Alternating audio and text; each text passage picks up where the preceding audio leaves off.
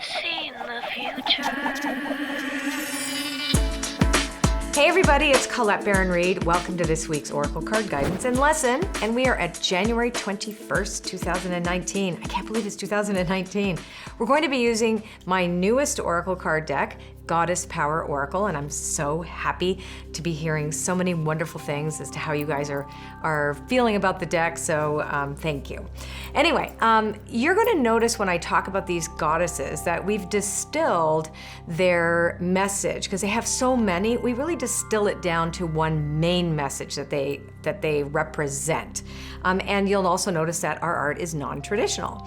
So without further ado, let's talk about which four goddesses showed up this week to give us their advice on how to manage the universal energies affecting everybody.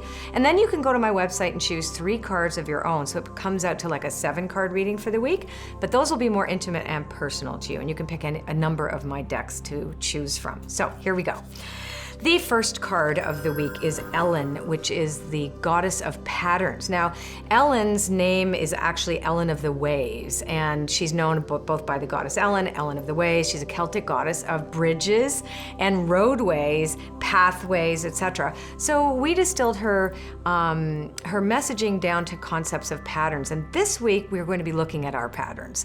What is it that we see repetitive? What do we want to keep? Because some patterns that we have woven into the field of reality are really good, and we want to reinforce those patterns, right? Like, I don't know if you were young and you learned how to sew or embroider, and you reinforce the patterns that are positive, right? Or that you like. You're going to keep reinforcing them.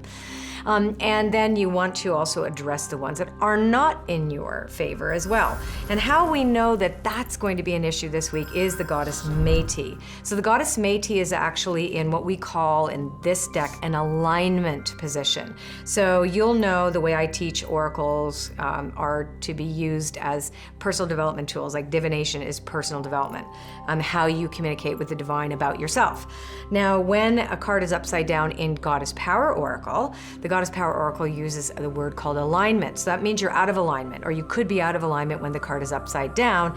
And so we call this the alignment message. So when Métis, the goddess of wisdom, is upside down, her alignment message is all about a warning not to make yourself small in order to fit in, or in order to avoid punishment, or in order to avoid being powerful because it's too scary, not letting yourself be seen, and also not allowing others to make you small, or your projection that others make you small. That's the other thing. Like, do you expect that other people are assuming that you're small?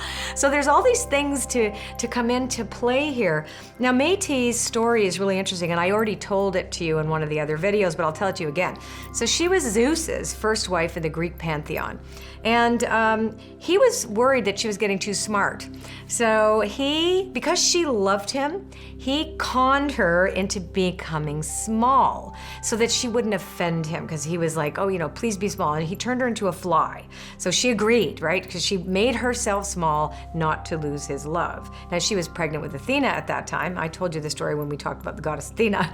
But the moral of the story is, don't make yourself small. The wisdom that you have is yours, and it's unique, and it's important, and whatever you have to share with the world, shine it.